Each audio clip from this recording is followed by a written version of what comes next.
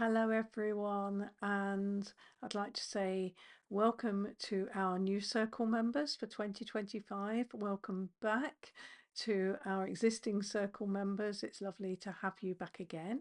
And also, hello to other people that are looking at this new moon introduction. My other new moon introductions will not be going out to everyone, they will just be for our circle members. But as our circle hasn't yet met for 2025, this is your opportunity to find out that little bit more.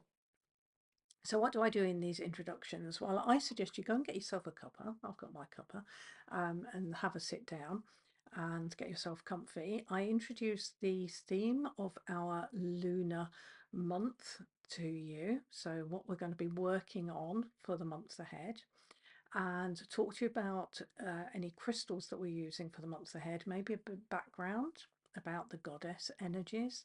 I'll give you some questions to contemplate, ready for our full moon circle, and a bit about the astrology at the moment, where the moon is at.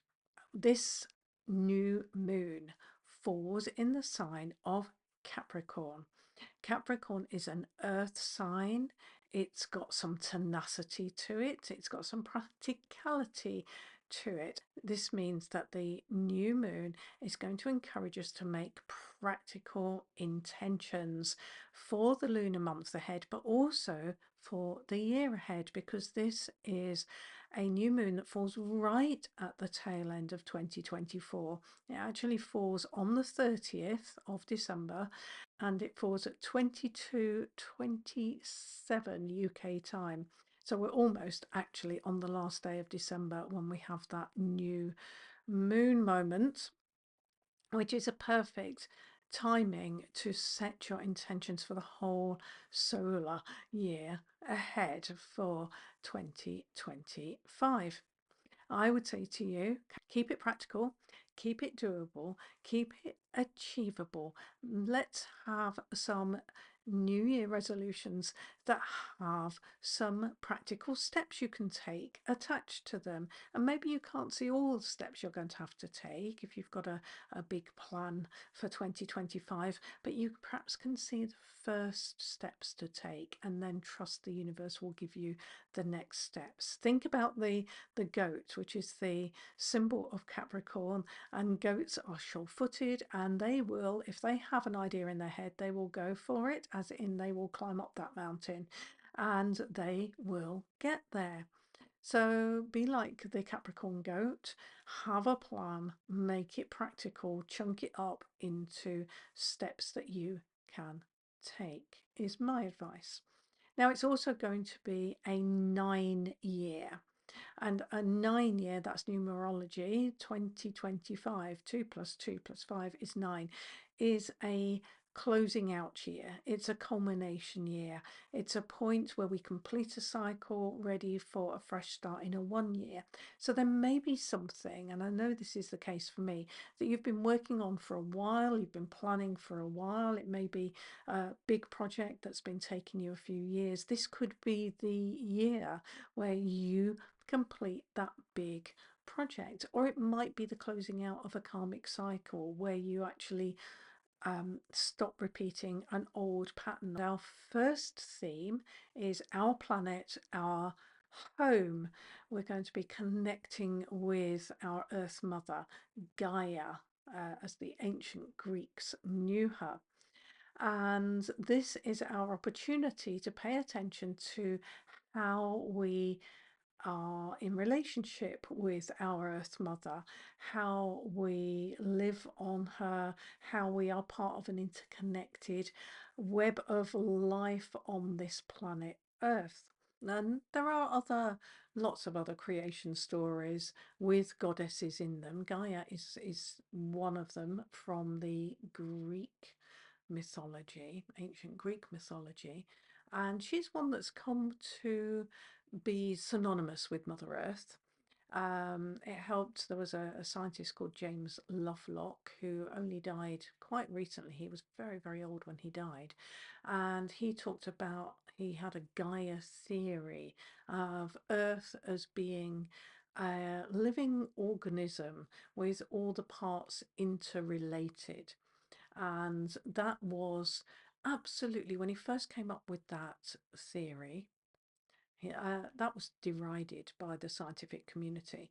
However, over the decades, and it was decades, his theory gradually became validated, and it's now it's now a prominent theory that actually we are an interrelated ecosystem, biosystem, and Earth, in a way, he didn't go quite as far as saying Earth was a conscious being, but Earth is this interdependent system, and we are part of that, and we need to get our heads around being part of Mother Earth. So here's the story of Gaia.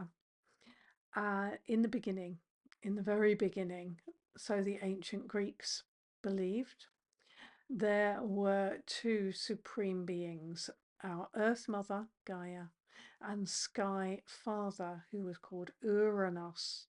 And between them, they had children. And they had enormous children. As you can imagine, the children of the sky and the earth would not be small. And these were called the Titans. And Uranus got a little bit concerned about the size and power of his children. He was worried that his children would overthrow him. So he took some of the mightiest, the Cyclops, who were siblings with three eyes, giant siblings, and he cast them into Tartarus. And Tartarus was a deep, deep, dark pit that nothing could escape from. Now, Gaia, as their mother, was not impressed with Uranus's attitude to the children. She thought they were beautiful, even if they were big and unusual looking. As far as she was concerned, they were absolutely lovely. She was we're all like that, aren't we, about our own children? And she looked at them and she could not abide the cruelty of Uranus. So she hatched a plan. From her breast, she took a flint. Remember, she is Earth. She is Earth Mother. She took a big flint and she cracked that flint and she sharpened the edge of that flint until it was a razor sharp knife. And then she gave the sharpened flint to her youngest son, who was called Kronos. And she instructed Kronos to go to his father when his father was asleep and to cut off his genitals. She wasn't going to have any more children with Uranus, not when he was treating her children so badly. And Kronos did that. He waited till his father was deeply asleep, chopped off his testicles, chopped off his penis, and cast those genitals into the primordial seas. And the blood fell from the severing of the genitals of Uranus. It created this. It created hematite, rich in iron, like the blood of Uranus. So the hematite is what we're going to be working with this lunar month. It's going to be our crystal of to help us connect with Mother Earth. And just to finish that story, Uranus lost his power. I'm afraid once you've been castrated, emasculated, the power is gone. And Kronos, Gaia's son, ruled in his place. Let it be said that Kronos is the god of time. So with Uranus being deposed, we began the human march of time. Our understanding of time began with Kronos and continues to this day, of course. So hematite, created from the castration, according to the ancient Greeks, of the sky god, is actually reputed to be good for the blood. It is one of those crystals. If you have any sort of blood disorder, the traditional use is to carry hematite with you. Part of the reason for that, you might be able to see on here, is that when hematite oxidizes, when raw hematite oxidizes, it forms a powdery red crust, a bit blood-like. And I say it is very rich in iron. You may have a shiny piece of hematite, which is more commonly found rather than the raw stuff. The good news with the shiny stuff is you can cleanse it in water without it going rusty. With this kind, I cleanse this in smudge or incense, or out in a fresh breezy day, hold it up in the air and let the wind cleanse it if you like, because if it gets really wet, it can sometimes rust, and that's not so good. I have got a rusty piece of hematite that did get damp to prove the point. So hematite's one of the crystals we're going to be working with, and we're going to work with hematite partly to create a connection with Mother Earth, because it's believed that at the core of, obviously no one's been there, but right at the core of Mother Earth, it's mostly iron, and hematite is mostly iron. So hematite will help us ground our energy deeply into Mother Earth's energy and really connect with her. And I do believe that we came to Earth on purpose, with a purpose, and to actually carry out our purpose, we need to be grounded. Because if, for example, your purpose is to channel healing, and I know a lot of our Moon Circle members are therapists and healers, you need to be well grounded to channel healing safely. You need to be that bridge between the heavens and the earth to do that safely. But anything that requires you to practically create anything in this realm of earth requires grounding to make things practical. Think of that sure-footed Capricorn goat climbing all the way up the mountain. If he wasn't well grounded, he would fall off, and you don't see many goats rolling around at the bottom of mountains having fallen off.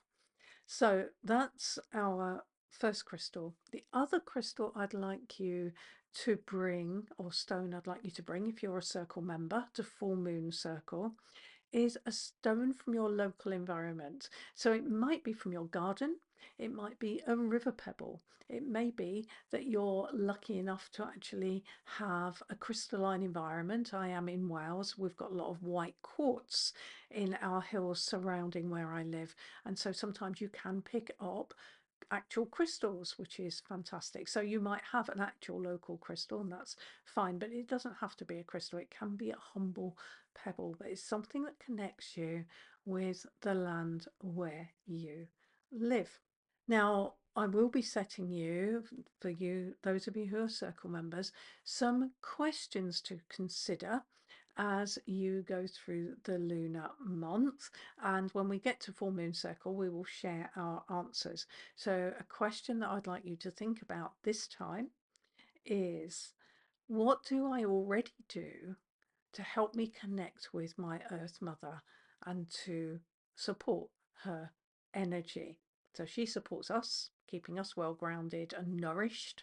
How can I give thanks and support her back? So it might be, for example, maybe you're very meticulous with your recycling. Maybe you try not to buy products that are overpackaged, or you try not to buy plastics and you go for sustainably harvested goods. Perhaps it's things that are biodegradable that you aim to buy. Maybe you go out and you do some litter picking. Maybe you grow vegetables in your garden. What do you do to honor Mother Earth? It could be any number of things. So I'd like you to just write those down and bring those to circle, because we will have a sharing session, and it could be that your ideas really inspire someone else in circle, and maybe someone else's ideas will inspire you, and we can build in good habits that support and give thanks to our Earth Mother. So one of the other things that I do at the beginning of each year in circle is I ask you to have a word of the year, a word of intention for your year ahead. I put those words, I ask you to send them to me. This is just the circle members, please. I ask you to send your words of intention to me, and I put those into a collage so that I can put on the screen. And at the start of each full moon circle, we beam some positive energy and good vibes at that collage of intentions. So it's just a single positive word, a keynote, if you like, for your year ahead for 2025 that we're going to beam positivity at. Now, other things you could do with to come to circle, you can see back there that I have a candle lit behind me. I'm probably going to start a new candle for 2025. It's done really well. This has managed 2 full years of moon circle. At the start of our circle, we light our candles together as part of a ritual, and I give us a moon circle prayer to help us connect with the divine feminine and to help us work together in a circle of light through our full moon circle. So I'd like you to bring a candle. It can be a big one. That started out as quite a big candle. It can be a big one that you use the same one each moon circle. It could be a tea light in a tea light holder. I don't mind. But it's going to be lit at the start of the circle. So make sure you've got a lighter or some matches as well as your candle. So you've got crystals for the session, you've got a candle, you've got matches or a lighter. And also I would say to you, have a journal and pen. I've got a beautiful new journal to start 2025 circle with, and I use my journal to record interesting things that happen, my intentions for each lunar cycle, and sort of in synchronicities, insights, intuitions, significant dreams, all those kinds of things can go into my journal. I like to choose a beautiful one because it inspires me to write in it. You can have a reporter's notepad or loose leaf A4 sheets if you want to just pop them in a folder. And also I like to have a shawl for my circles. So I've had a new shawl for each of my circle years, and this is my one this time. I've got cosmic sort of symbols and I've got tarot cards on this one. So a really nice new shawl for me to wear. Yours does not have to be a shawl. It may be a piece of jewelry you like to wear to circle. It's something that says, here I am. This is special time for me. This is 2 hours for me to put aside all my other roles, mother, wife, whatever it is you do for a living. Put it all aside and just focus on me and the other ladies in circle. This is me time. And the shawl or jewelry, or it might be headgear or whatever it might be, is saying this is sacred time for me. This is special time for me. And I will say to you, make sure as far as you can that you do come to circle. The people that get the most from circle, the women that get the most from circle, are those that turn up month after month. Yes, I do a recording of circle, but I don't record all the personal interactions. I don't record all the personal discussions. So you will get a lot of me talking and not a lot of the other circle members if you don't come along. And a lot of the benefits are there in the discussions. There's so much support and love and positivity in circle. So it'd be great to actually have you there every month when you can. I know things happen, and that's why I do a recording as well, so that if you have dodgy internet one month or some emergency comes up, fine, you will still be able to keep up with the group and come back the next month. So one practice that I think is really useful is to do a review of the month that's gone and set your intentions for the month ahead, because that can help clear your system of the stuff that wasn't so good. And everybody has some stuff that's not so good or doesn't feel so good at the time, at least, and set you up for a fresh start with the new moon. So if you get yourself comfortable, don't do this if you are working any kind of machinery, cooking, chopping up veg, driving a car. Wait till you can settle and sit quietly or lie down quietly. So assuming you have done that, I'm going to close your eyes.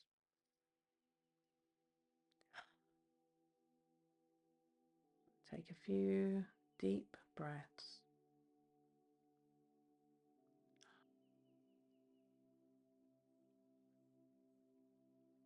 I'd like you to cast your mind back over the month that has just gone by.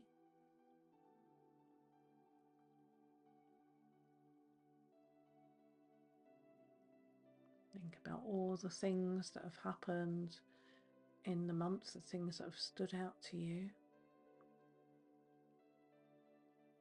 And notice where you felt aligned, first of all. Where did things feel like they were clicking into place? Where they were aligned with your highest good, where you felt like you were in the right place at the right time, or saying the right thing at the right time, putting your best self forward, or just enjoying peace and tranquility. Maybe you had a walk in nature that was lovely.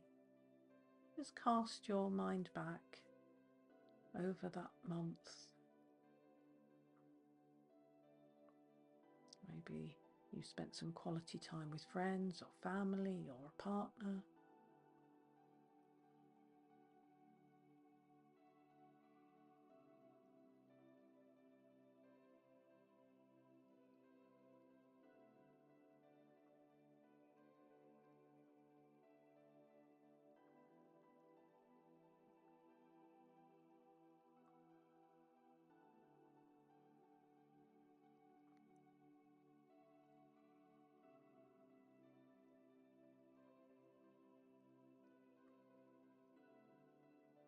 And now you're going to remember any points of frustration, irritation, annoyances, any times that you felt shame or despair or anger or any other difficult emotions.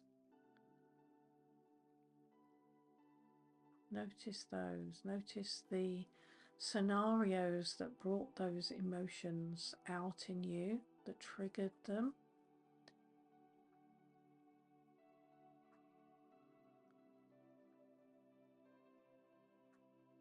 Notice the role that you played in that situation. Maybe the role that other people played or circumstances. How did it come about that you felt like that?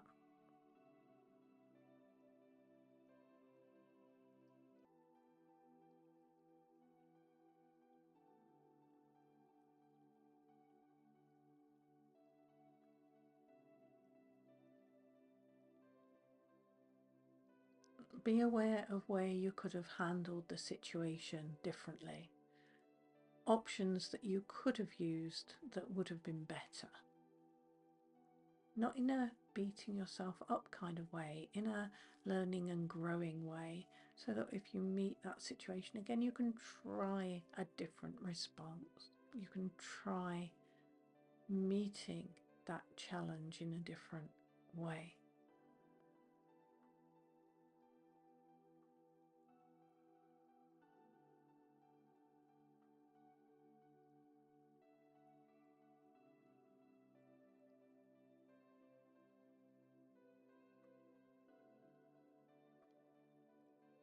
And once you've thought about ways you could handle things better, now we need to forgive the situation, forgive the people involved, including yourself, so that we can let it go. We don't need to carry the difficult scenarios forwards. We don't need to carry baggage with us constantly, dragging it around. So just imagine letting it go. If you've got ongoing situations, yes, they'll still be there to deal with this month. That's okay. You don't need to carry all the frustration, tension, anger, etc. with you into dealing with them, because you'll probably handle them better if you're not weighed down like that. So you're going to decide on a way to release those difficult emotions and memories. I like to work with nature for this. So maybe you'll imagine walking to the top of a hill and a breezy day, and imagine the wind whistling round you, taking all those emotions away to distribute them and out in all directions, thinning them down, releasing them on the wind. See your hair flying out around you, your clothes billowing on the wind. So that's a really beautiful way to do it. See those old memories and emotions just flying away from you. Or if you don't like a windy hillside, you might want to go and bathe the emotions away, or stand under a beautiful waterfall and let that fresh, cold water wash away those old emotions and memories. Whatever feels right to you. And again, you can pause this recording until you feel ready to continue, till you feel fresh and clean.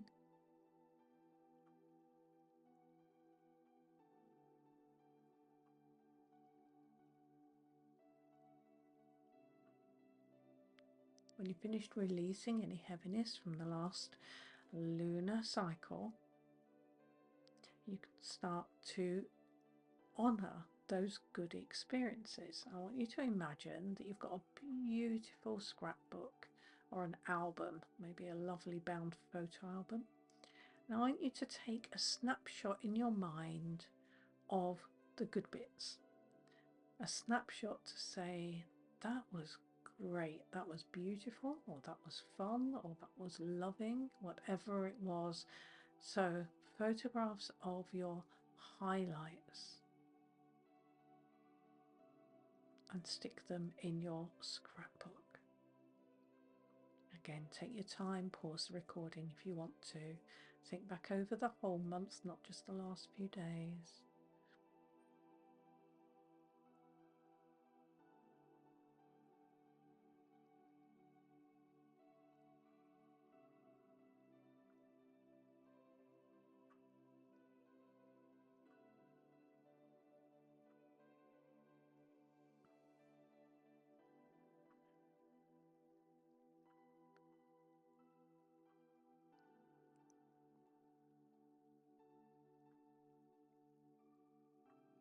You're going to keep adding photos to your scrapbook or your album until you feel like you've honoured the highlights of the month. You've got somewhere to keep them safe. Notice how heartwarming that feels. And maybe you'll add some calligraphy, some notes, or some keepsakes. Maybe you picked up a shell on the beach or a feather. You can make your album or your scrapbook as beautiful, as decorative as you like.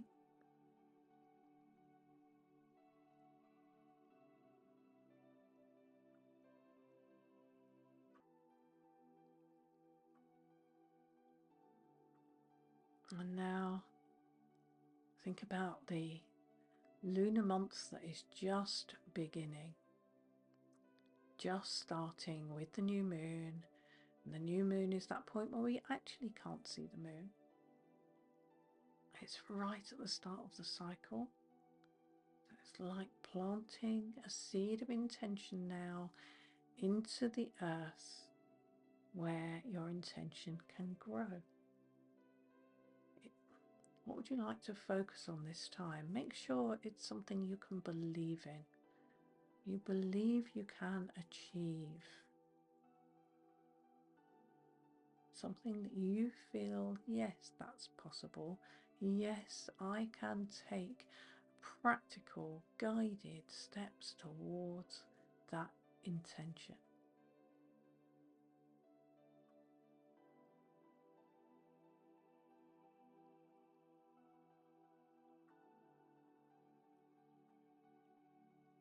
When you have your intention clear, then I'd like you to envision yourself fulfilling that intention, fulfilling the steps that lead to that intention. Have an image of you doing that intention and make sure that feels good. Because if it feels good, if it's heartwarming, if it brings a smile to your face, if you feel nourished by it, then you've picked an intention that's well aligned for you.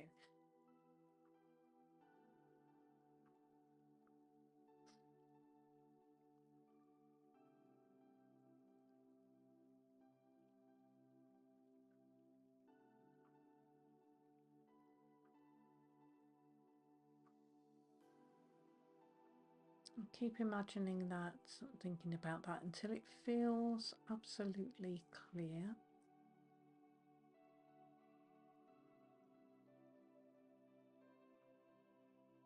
And then when you've got that picture clear, you can see yourself feeling happy, satisfied, content, and you feel optimistic and positive about the months ahead. You're ready then to bring your consciousness back into the present, back into the here and the now. Take a few deep breaths.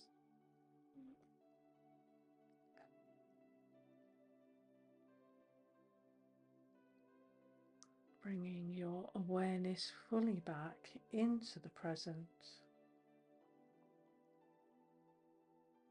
Before you have a stretch, give yourself a stretch. Open your eyes. And I would suggest to you that you get your journal and you write down your intention clearly in your journal, along with any inspiration that came through that visioning process. You don't need to write down the things that you were letting go of, but you can write down a record of the lovely things that happened. And if you're someone that takes a lot of photos anyway, you may have some actual photos that could be printed out and go into the journal, or you could have an online version, maybe a Pinterest board that you keep private if you want, that you can put your highlights of the month into, or a private Instagram account, whatever suits you, or just an online phone album.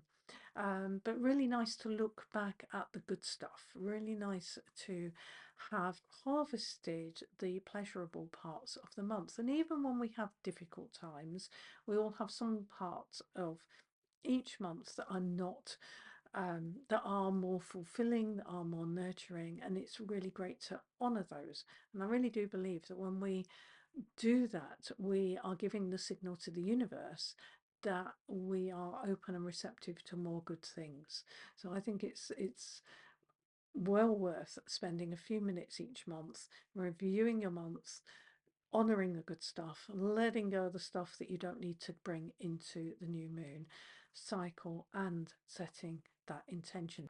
We've been rounding out the end of our full moon circle with a card pick from the Queen of the Moon Oracle card deck by Stacey DeMarco, which we've done that for the last 2 years, which has actually been really insightful. I've liked the cards, I like the illustrations on these. You do not have to have these cards because I draw it for us as a collective. I'm just telling you that's the one that we have been using. And this year, for the new moon introductions, I am using a Queen of the Sun Oracle card. So this is a brand new deck.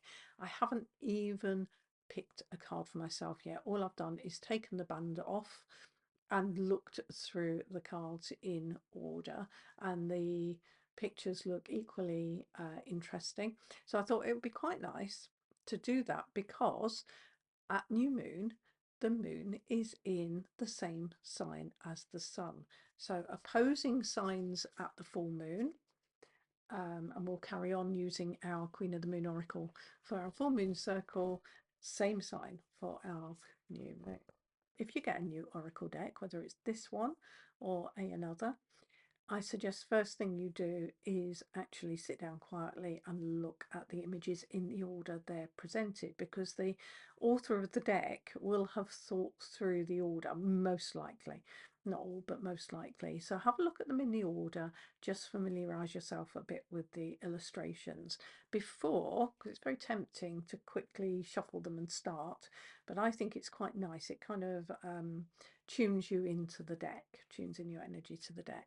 So having done that, I'm going to give them a shuffle. The other thing it does, I had a few of these because it's got lovely gilded edges. I had a few of these cards that were actually sticking to each other, so I was able to very gently unstick them, and they're sliding nicely now. So let's have our Queen of the Sun oracle card for this new moon introduction for the collective of people who are watching this, whether you're circle members of old, circle members that are new, or people just watching and curious about what she got up to in a moon circle.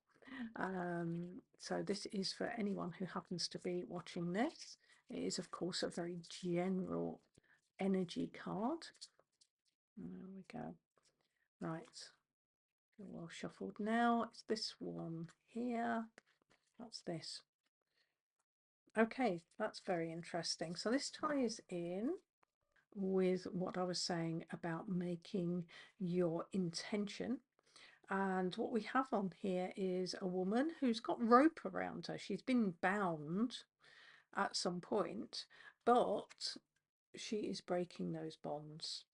And she's breaking those old structures down, those old bonds down through an effort of her will, through her determination that she will not be held back anymore.